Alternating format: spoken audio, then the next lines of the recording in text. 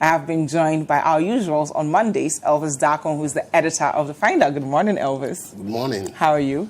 I'm good. Yourself? I'm good. As for you, you're good, I understand. You are really very good. How was your Independence Day celebration? And what do you mean by I'm really very good? The Heritage Caravan was good, so you should be very good. You should join us next year. Next year, in fact, Citi has to give a special location so that we can also be part of it. Thank you. Our coming here, if we are giving a special location, it will be nice. Okay. Yeah, you've already started lobbying. I like that. We've also been joined by lawyer Kwame Jantuah, who is the former vice chair of PIAC. Good morning. Okay, looking sprightly. Oh, really? Yeah, looking sprightly. Hey, what food did you eat on the caravan? A lot. Fufu, banku, toto, papa, everything else. So what is it? What is it? PA? Is that what it is? Oh, how was your Independence Day celebration? what I know you would want to give us something about the coma and everything else. No, it was okay. It was okay. What did you do? Watch TV. That's it? Yeah. Aww. Watch the Independence ceremony in Kumasi. Would our founding fathers be proud of where we are now as a nation? Our founding fathers would be proud of the audience. The stadium was full to capacity. Yeah. So that said something. So I think it's a good thing that we are rotating independence celebrations. As to the speeches, well, that's another thing. I wouldn't want to go there. Okay, that's fine. Again, throughout the news review, if you have any comments, questions, contributions to the conversation, let us know. The hashtag is Breakfast Daily, and the WhatsApp line is 0550-585-832. If you're outside Ghana, the country code is +233. Let's take a look at our first story. I'm reading from citinewsroom.com, and it says, Sogakope, 4 arrested over killing of Assemblyman. So police in the Volta region have arrested 4 persons suspected to have a hand in the killing of the Assemblyman of the Sogakope South electoral area, Marcus Ajayi. The 4, according to the police, are assisting with investigations and will be arraigned in accordance with the law. While calling on the general public to help them, the statement from the regional command indicated that the police, together with other agencies, are working assiduously to apprehend all perpetrators of the heinous crime and to bring them to book. So I'm going to quote what the police had to say. It says 4 persons have been arrested on suspicion of their involvement in the killing of the Assemblyman for Sogakope South electoral area. The 4 are currently assisting police investigations and will be duly arraigned before court. The police are working assiduously in partnership with all relevant stakeholders to arrest anyone involved in the killing of the Assemblyman. They're also asking people to call them if they have any information relating to the killing of the Assemblyman. And then there's another story in the Chronicle that's connected to this same issue of the Assemblyman's murder.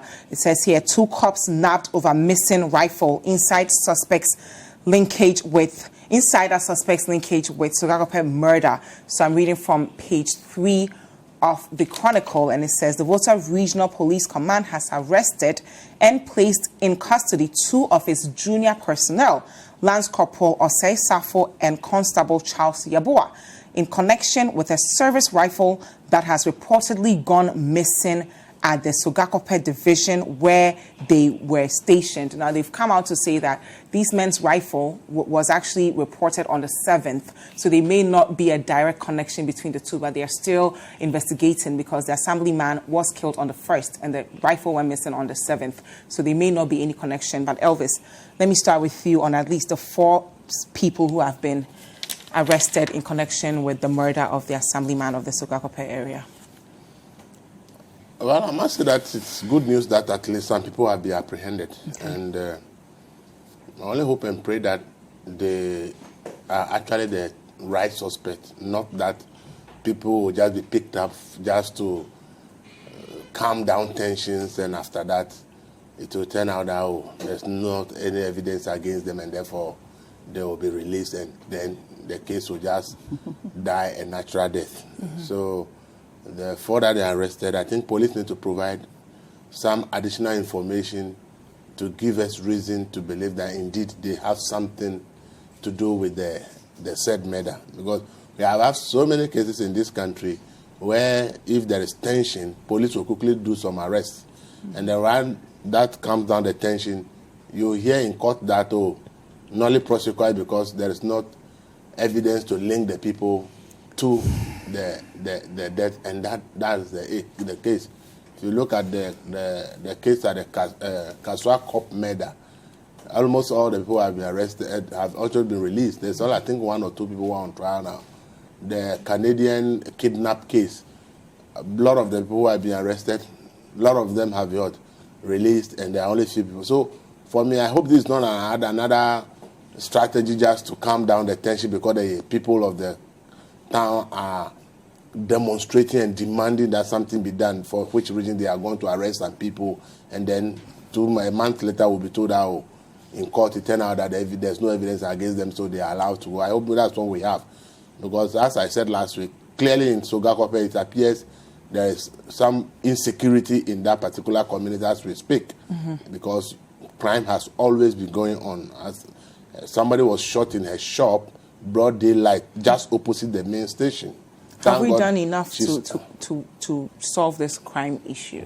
Well, I think that as for crime in this country, we are not doing much in solving crime, because even the police service will just come and announce, we had 10,000 crime cases in 2018.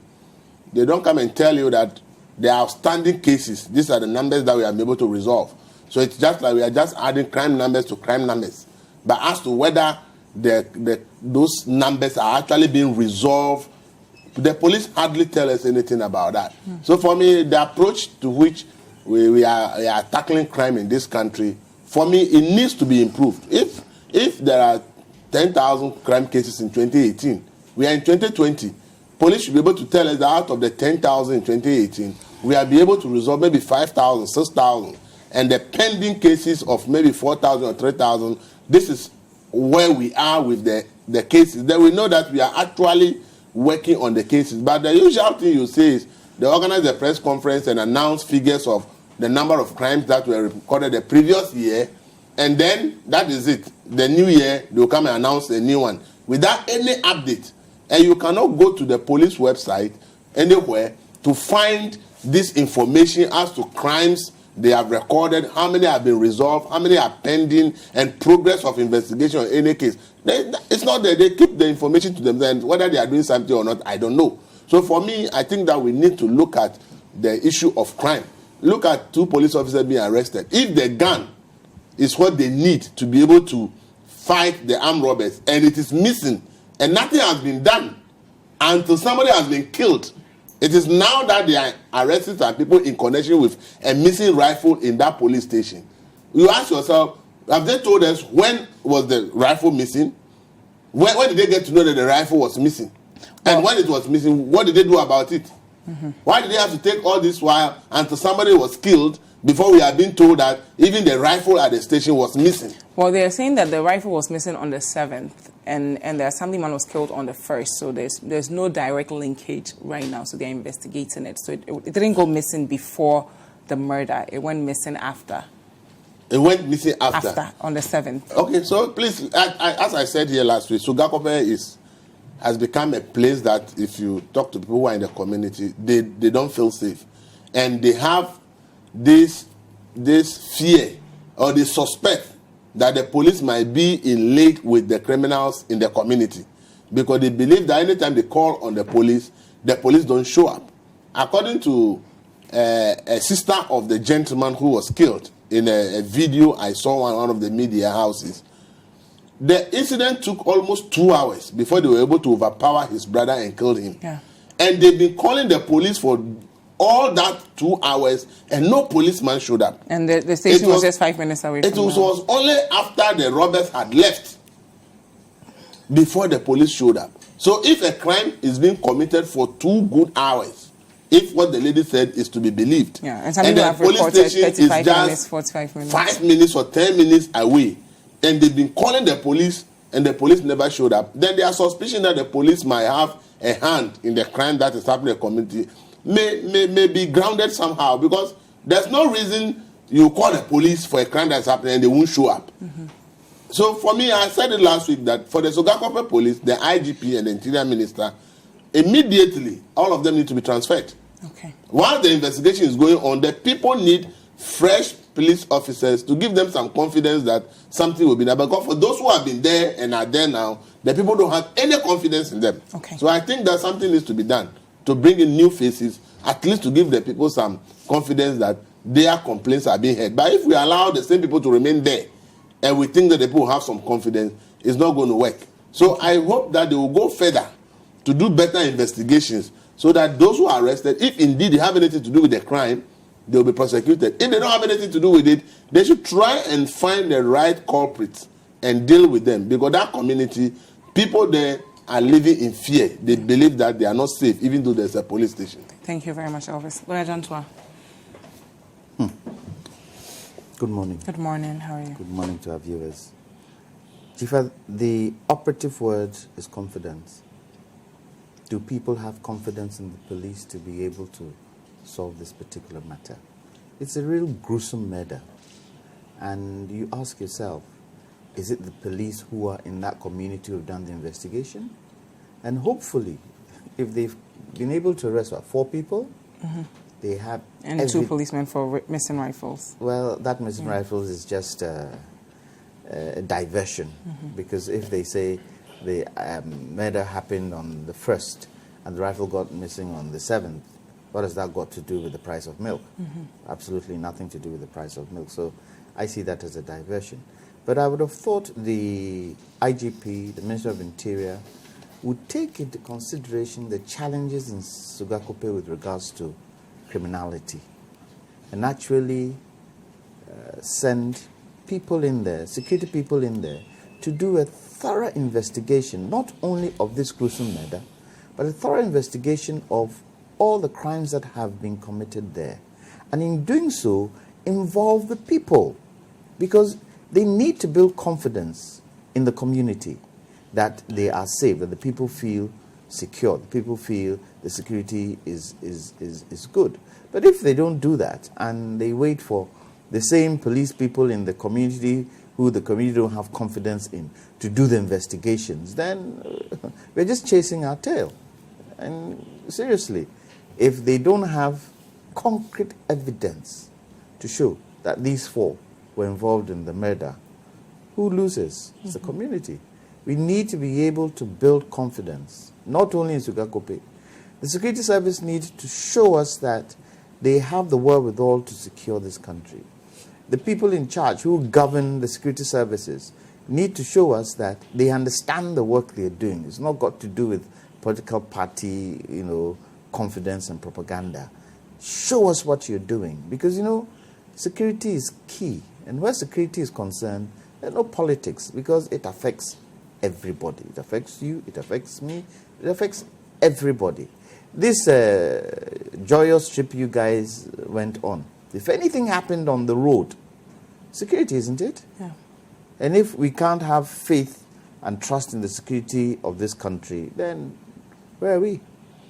But have we done enough to at least decrease occurrence of crime? So it's one thing, Elvis talking about solving these cases, prosecuting the people who are, found guilty. But have we done enough to decrease crime rates in these communities? The people are the ones to tell you if they feel safe in communities. Largely, it looks as if we don't hear of these cases that often. But we don't know what is going on that we don't know. Yeah. It could happen that there's a lot of criminality going on, a lot of murders going on we don't even hear. And if the media don't bring it to the focus of the general public, who knows? It's up to the security services to come out and let us know. I thought in a situation like this, and probably I apologize, but IOCO was their job. They're security service, aren't they? They handle heavy crime, don't they? Criminality and murder is a heavy crime, isn't it? Yeah. Where are they in the whole scheme of affairs? So we really need people who are in the security services, who also govern the security services, to give us confidence. We are heading into an election now. The question is, do people feel secure? I heard somebody say yesterday, hey, we're going into elections, so I'm going to find somewhere to go and hide. And I was telling the person, go and hide from what? He said, well, what the political parties are doing today, I don't feel secure. And, the security issue should start now, and we should get confidence from everybody. It's not enough to come and say, the country is secure. No, show us how it's secure. Show us what you're doing. Let the people be part and parcel of it. In places like the UK, you have community policing. And the police get involved in the community. The police live in the community. The police talk to people in the community. And so people find it easy approaching the police. Here, as you said, the gentleman had a 2-hour altercation with the so-called armed robbers. You'd have thought within those 2 hours, the police would be there. But they weren't. Having said that, there are some areas, some communities where the police are working. There are some communities where they are patrolling. There are some communities where, when you call them, they are there at the doorstep. But we don't need it in only specific communities. We need it all over the country. You then come to ask the question, are policemen and women really looked after? Do they feel that they have been looked after in terms of their accommodation, in terms of their salary, even in terms resources, of their resources to fight these crimes? So the whole gamut. Do you think they are well equipped to be able to show up when someone calls them? I don't think so. Using this as a typical example, 2 hours and the police weren't there. What is it that caused them not to get there? But is it a lack of willpower? Because even if you don't have the resources, we're all assuming that perhaps if they show up alone, that might deter the criminals. So is it okay to say because we lack ABC, we won't show up or we'll show up late? You see, Dziffa, maybe one of the things we should interrogate is how police men and women are trained. Okay. Because they need to have a completely different mindset from the ordinary man. You find that, or the ordinary Ghanaian, you find that a lot of police people wear the uniform and still have a Ghanaian mindset. And so a mother goes to report at the police station that her child has been defiled, and they don't take it seriously. They tell the mother, oh, you go home, we'll go and solve it at home type of thing. It's the mindset, and that mindset has to change. The police are, if I can call them, if I can use the word, supernatural people. Why? Because the law is in their bosom. They are the handlers of the law, and they are the ones who are supposed to implement the law. Look, if you go to the UK today and you ask a policeman a particular law, or policeman stops you, he can quote you where you've gone wrong by the law. Our police here, are they able to do that? When you get to a police checkpoint here at night, he looks at the car you're driving, and he looks at the person you're in, and then he salutes you. Oh, boss, it is saying, even if he has to search your car, he won't search your car, he will just beckon you on. So the mindset of the police has to change, and the training, how they train them also has to change. I guess a lot of people don't have confidence in the police because the police themselves don't show confidence in themselves. So we hope that we can change things for the better and criminality would gradually reduce. But this particular murder is gruesome and something must be done about it. Thank you. Elvis, finally, how do we get to a point where crime will become a thing of the past, especially for the people in this community, so they don't feel as though they have to get it on the roads and make noise before we actually solve this problem they've been dealing with? Crime cannot be a thing of the past in any country in the world. It's about the response that the public gets when they call on the security services. That is what is crucial. Because there's no country in the world that will tell that there's no crime. There will definitely be some level of crime. But then when you call on the necessary agencies, what do? See, Ghana police has a massive problem. What we have there as a police service, we have to thank God that they are doing something. What's the problem? Because nobody cares about the police service in Ghana. Really? Yes. So does that mean we don't care about our safety as well? They are led by retirees who are focused on what will go into their pocket instead of transforming the police service. So what does this mean for our safety? It means that with the people who we expect to come and save our lives, we don't care about them. So they also don't care about you. Only last week I was talking to somebody. Police service does not have a health policy for its staff. So they don't even know the health status of their personnel. They have no record to show the health personnel. So they don't even conduct health checks. Police are not made to conduct health checks annually for the police service to know that this number of people have this sickness that we need to treat. I was told last week at an early web, the police woman who served this country for over 20 years to get the position of chief inspector has a problem with her spine, and she needed 9,000 cedis to do operation. Police service said they don't have the money. They can't help her. And she has been home for 3 years now with a spine problem. This is somebody who has served the country for over 20 years as a policewoman. And if this is the way we are treating our police people, how do you call on them for them to be able to come to your aid? Go around and see where they sleep and they call accommodation. And see if you, who is here, even if they give you that place, will you want to sleep there? You will not. But these are the people who want to call upon them for them to come and save us. I've spoken to people who told me that more than half of the personnel in the service cannot shoot a gun because they have not been trained on it. They have no capacity. If you give them a gun, an AK-47 now that fire, they can't fire. So the kind of police service we just have people in uniform. But many, they are not really brought up to the standard. Only few of them. Those who are trained on weapons are those that they told, these are special units that will have to handle weapons and all that. But the general service, many of them are in the service and they can't even fire a gun. So if that person is the police officer transferred to my village, and maybe they are only 2, and they have no training on how to use a gun, and you are being attacked by armed robbers, if you call them, how will the person come? Because the person does not even have the ability to use the gun. Even if there is a gun there, the person does not have the ability to use it. So we need a transformation in the Ghana police if we want them to serve us well.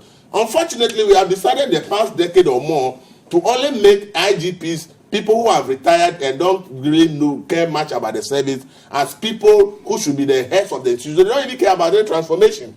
I'm telling you that if we promote people in the police based on merit, we can have a 40-year-old as an IGP who will serve for 15 years or 20 years as an IGP.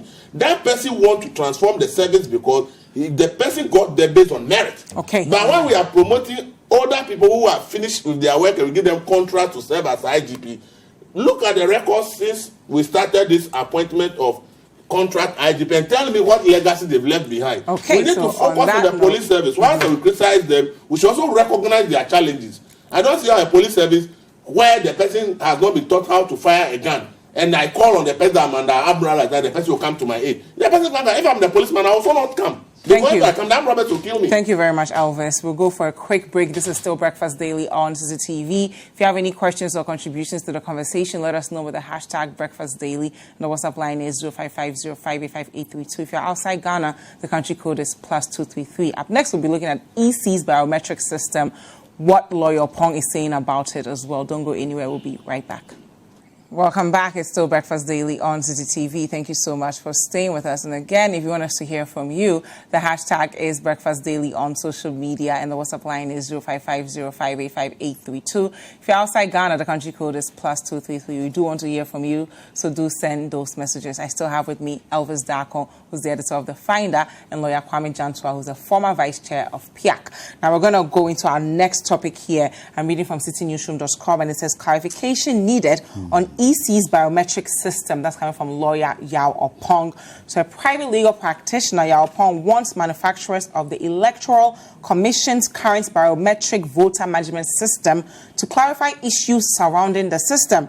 There are conflicting reports on whether the EC's current biometric system is absolute or not, and officials of the EC had earlier stated that the manufacturers of the system had told them that the current system is obsolete, warranting the procurement of a new one. So I'm going to quote what lawyer Oppong said on Big Issue over the weekend. He says, currently, there are 2 conflicting documents, all sourced to them, the manufacturers, and they are a company of international repute, so it is in their own interest to come out to clarify their position.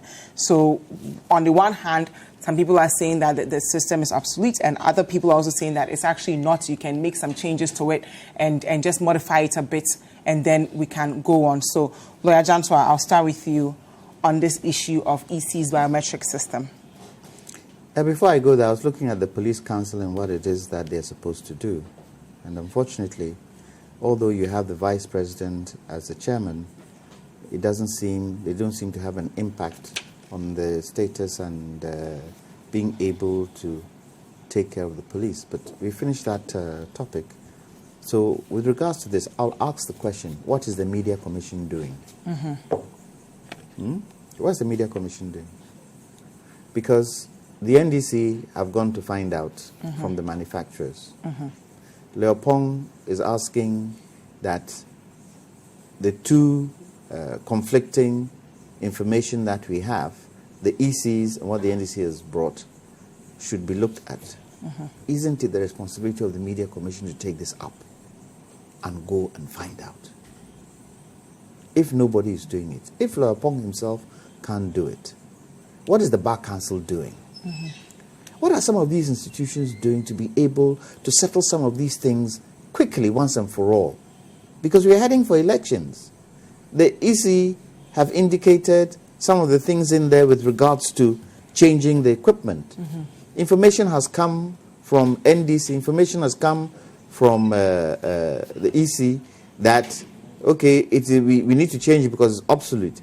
The NDC are saying, no, it's not obsolete. We've contacted the manufacturers. The manufacturers are saying that you can add on to it and that the equipment is good to go. It can still function. It's just the software we need to upgrade. If there's this imbalance, who is supposed to go and find out? I think the Media Commission sits right in there, bang in there, to go to the manufacturers and find out exactly what's up. And the Media Commission come and tell Ghanaians that we've gone, this is what they've done. Even if they can go to where the manufacturers are and have an interview with them, for them to give us the different types of equipment we have for elections, wouldn't it help all of us? And if it so happens that the EC, what the EC is saying is right, then we all follow. If what the NDC have said is right, then we all sit down and see how best we can handle this. Because you see, the contention is the amount of money that is going to be spent on this new equipment. And as you know, we've said, we've used it for, what, 2 elections so far. It brought the current government into power. We've used it to do regional elections, MMDC's elections. So it seems to be okay. So if there is really something wrong with it, then this needs to be done. Yes, I do agree. When you look at electoral trajectory from 1992, we've always improved the kind of equipment and how we've educated Ghanaians with regards to our elections in terms of how we vote and all that kind of thing. So yes, if we need to change it, we need hard evidence. The amounts of money we're talking about are quite huge. But we are just about a month to go. If people had issues, is it now that we're going to, the dates to register new voters is the 18th of April. So what is going to happen come 18th of April?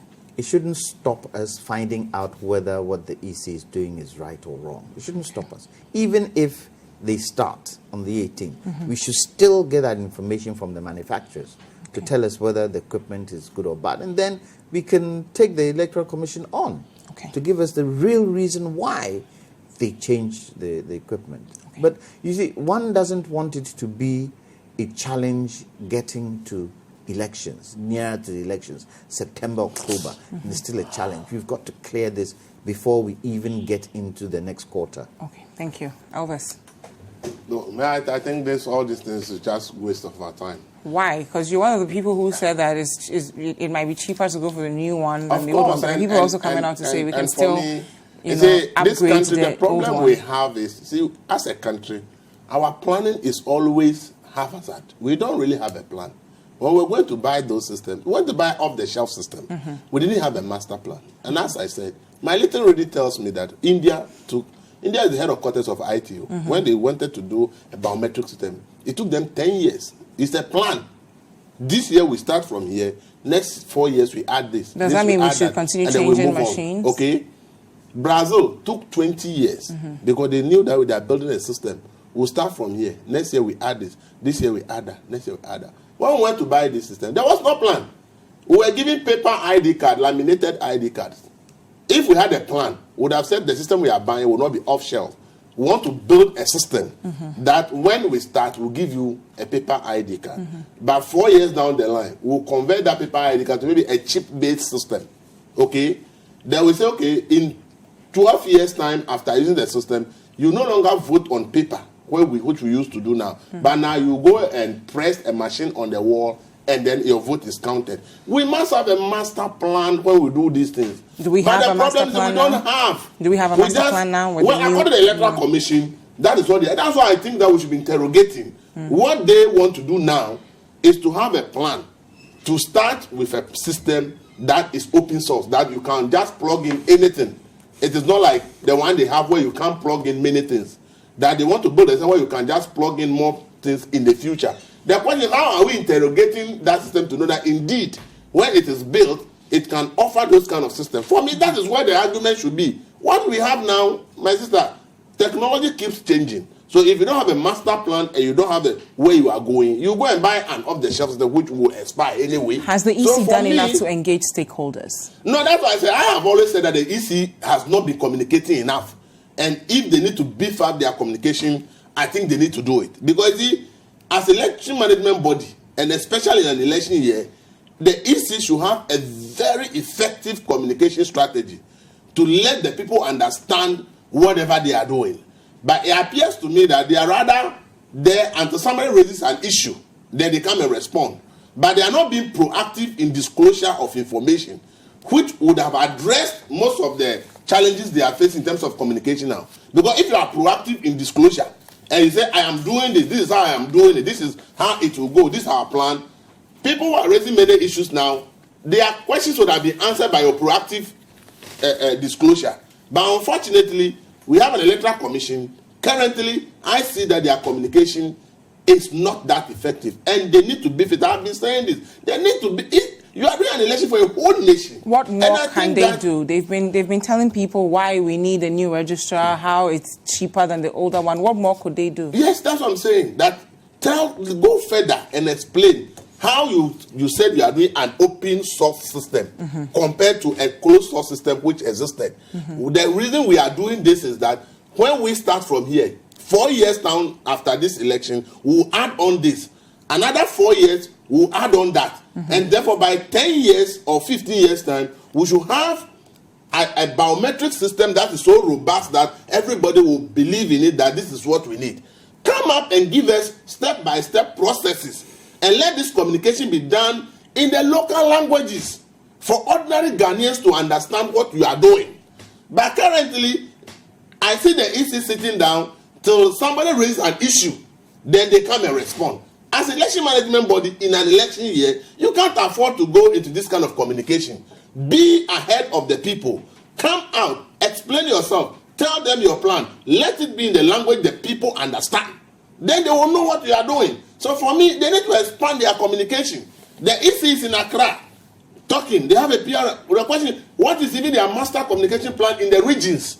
What are they doing at the regional levels for people to understand what they are doing? So for me, it's a matter of communication. But for me, that's not should be my concern. My concern should be that can we get a detailed explanation that if they build this system, in 4 years now, what are we adding on? In 8 years now, what are we adding on? We are all anticipating that a day will come where Ghana will have elections, and within 24 hours, the election results will be out. That can only happen when you have a biometric system that is robust, where people will trust that the result that is coming is genuine. When are we going to have that system to be ready? We have already made aware that this year, there's not going to be electronic declaration of results. So it's still going to be the normal manual. But the question is, the system you are building, when will it afford us as a nation to be able to have an electronic declaration of results? These are the things I expect the Electoral Commission to come out and explain in detail for Ghanaians to understand that, oh, that is what we want to get to. So if that is what they are doing, then let's support them to do it. But when they will sit down until people come and raise issues, that they come and I don't think that this thing will end anytime soon. Because once I know that you are not giving proactive disclosure, I'll always be finding problem for you. But if you do proactive disclosure, some of the things I want to use to attack you, the information will already be there and the public will already have understood it. So I can't come and if I come, I will look stupid. Yeah. So I think the EC should beef up its communication. That's what I will say. Okay. Dziffa, the independence of the EC is not only in its operations, the independence of the EC is also in its communication. And it is not political parties who should be the only friend of the EC, but mostly the people. Okay. What do we have? We have information vans, don't we? Yeah. Even if the EC decided to have a press conference with all the media and come out with the different types of things they see that make the equipment obsolete, demonstrate to us, this equipment has this, it doesn't have this, it doesn't have this, it has this. If we do it this way, this is what will happen, for people to understand. That will be fine. But that isn't happening. They're quiet. And if you try to say anything, they say, oh, you're criticizing. It's not a question of criticizing. It's a question of getting the EC to do what is right by the people. Because what? They handle elections in this country. And we know what elections can do if it isn't handled properly. And so, I would go back to the question of the election of the electoral commissioner. I think that should not be only in the hands of the president. I think we should have a consultative group that sit down, and if the president suggests that consultative group that is made up of most of the stakeholders, political parties, the media, CSOs, sit down and say, yes, this person has the right qualities to be an electoral commissioner, so that we can all work together. What is it that we are struggling about? As we speak, elections, with these problems, elections. We should be having infomercials from the EC in major local languages on both radio and TV, not only in Accra but in the regions. The information should be telling you there is this system, maybe this is the system. This is what we want to do. Elvis, are the majority of Ghanaians saying that they don't understand the biometric system, or is it just the inter-party group that are saying we have an issue with the people system? Are confused. No, is it the entire population? That's why I said that the political party, the NDC and its people, they are trying to fight you. But you can only get the people on your side when you communicate to the people. Because you believe that the NDC just has taken a blind position. Okay? So if that is the position you have taken, then you have a duty to let the people and the other people understand that the position taken by the NDC and the other group is not tenable. Therefore, these are the issues. So and the whole process is a bit transparent. If always has this problem of when we communicate to the political parties, they will communicate to their followers. So they always focus their issue mainly on IPAC. IPAC, there are suggestions that IPAC should be even open to the media. For the media to be there to record and tell the people that when they went to IPAC, this is what happened. Up to now, they are resisting that proposal that allowed the media to take part in IPAC. So when they close from IPAC, NDC will come and tell their own story, NPP will tell their own story, and then the Electoral Commission now is hot. So for me, I think that they should look at some of these reforms. It helps them. We're going forward. Okay. So we'll take a look at our final story here. I'm reading from the Herald, actually, page 3 of the Herald, and it says, Oppong trial judge violated Constitution and Code of Conduct. That's coming from veteran journalist Kwaku Baku Jr. And it says here, veteran journalist Kwaku Baku Jr. believes Appeal Court Judge Justice Clements Jackson Hunyenuga desecrated the 1992 and Code of Conduct for judges, injuring his own integrity by publicly endorsing President Akufo-Addo for another term in office. Now, we know that this judge was perhaps addressing people in his position as a chief, not necessarily a judge, but he was still the judge of the Oppong trial. So I'm going to quote what the veteran journalist Kwaku Baku said. He says, to be honest with you, I had a serious issue with the way the judge/chief, he is a hybrid, went about it. What he did was totally against the code of ethics for judges and magistrates. He goes on to say that it was completely wrong, it was needless, indiscreet, and I am being charitable, choosing my words carefully. It is completely needless. It amounts to psychophony, unwarranted psychophony, and unsolicited endorsement. Unsolicited endorsement. I cannot stand it. I have to be honest with you. So let's be clear in our mind. The chief judge, the hybrid, erred completely. So, Elvis, your thoughts on this? I agree with Kwaku Baku 100% because the Constitution is clear that chiefs should not take part in partisan politics. So when we see chiefs endorsing presidential candidate, it's a violation of the constitution. But the chiefs do it for whatever reason, and we look on, because when Akufo-Addo is endorsed by a chief, his supporters are happy. When Mahama is endorsed by a chief, his supporters are happy. So we have all turned a blind eye to it, because we think that when the chief endorses you, it means that he's telling his people that they should vote for you. So it is something that the political parties themselves have fueled all this while, expecting chiefs who have been banned from partisan politics to be endorsing them. And it has been happening. This year, several chiefs have endorsed Akufo-Addo, several chiefs have endorsed Mahama. But I see, it is a violation of the constitution. But we have all kept quiet over it. But I see, this man's position is more dangerous because he is not only a chief, but he's a judge at the same time. And the judges of the trial, also of the have, Puni trial. not forget about the trial, it's not a Puni trial. As judges, they have a code of conduct which bar them from doing some of these things. So if you are endorsing Akufo-Addo and you are sitting on cases that people of the opposition party are on trial, how fair are you going to be in that case? Because now you are telling everybody that you are an MPP man. So if you are sitting on the cases of opposition members, obviously nobody will trust that you will be fair. Okay. You understand it? So for me, what is done is not new in terms of the position of a chief. Because many chiefs in this country continue to do it. And we all turn our blind eye to it. But because he is a judge, in addition to being a chief, he has a special treatment. But the question is, when people violate the constitution, do we punish them? And now Kwaku says the man's appointed to the Supreme Court should not be allowed. The question is, if it's not allowed at the Supreme Court, should the person remain a judge?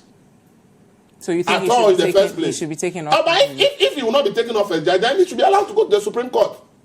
Because if you prevent him from going to the Supreme Court and he remains a judge, he still is a judge. If you go to the Supreme Court, he's going to remain a judge. So unless we are being told that because of what he did, he will be completely taken off as a judge, then that I'll back it. But if we are only saying it that he should not be promoted to the Supreme Court, but should remain a judge, then he better be promoted to the Supreme Court, because whether we like it or not, he remains a judge.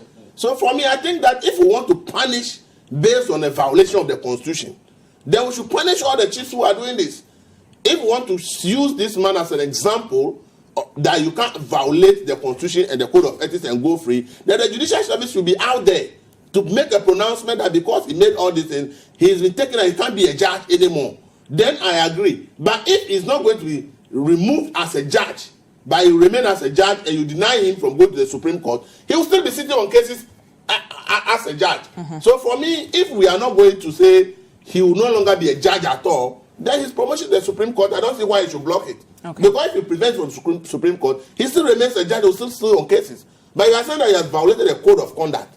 So if you are not going to remove him at all, then allow him to go to the Supreme Court, even though I agree with Kogo Bako that yes, because the man violated both the Constitution and everything, there should be some form of action to let people know that you can't do this. But if you prevent me from going to the Supreme Court, I'm still remain a judge. I'm still a judge. With the same code of ethics that I've breached, no punishment for me, I'm there. So I think that the onus lies on the Judicial Service to rather make a statement on the position, whether they think that with his statement that he's made, he's breached their code of ethics. If he's breached, what's the punishment? Is the punishment removal from the bench? Or the punishment is that we will block your appointment to the Supreme Court? But for me, if you block appointment to the Supreme Court and the person remains a judge, I don't see any difference. Okay. Lawyer, Kogo is saying what the man did amounts to sycophancy. Do you agree? For the man, the justice, and equally a judge and a chief, to be sycophantic, it's very difficult to take. But as Elvis said, people do it. Well, the fact that people do it doesn't mean it's right. He holds a position, both positions, that are supposed to bring people together.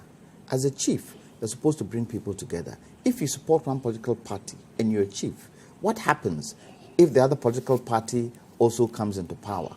How do you work with your community? As a judge, you're supposed to be independent in your thinking, in the way you look at things. You're supposed to be independent because you are the executor of the law. And both MPP, NDC, CPP, PNC, both of all these parties will pass through your court. Supporters of all these parties have cases that will come to your court. And so, really, he shouldn't have made the statement he made. Now, whose responsibility is it? We have two organizations, the Judicial Service, in quote, Chief Justice, and the National House of Chiefs, who hold the ethics of the institution. So if he's breached it by his comments, they should take him on. You see, the challenge we have in this country is the big man syndrome. Hey, a big man, no. Hey, hey, this big man, you can't go and, he's a judge too, he's a chief. And they flout the Constitution all the time. They flout the laws that we have all the time. They are the ones who are supposed to put all of us in line. So should he be removed from his job as a judge? Well, it's not for me to say. It's up to the institutions that govern his profession and his chieftaincy to make that decision. And I would expect, politics should go above the mere, he's done things or said things that help us. The politicians themselves should say, as a chief and as a judge, in as much as you support us, you can't do that. We should get to that stage in politics so that, we can start getting things back in line.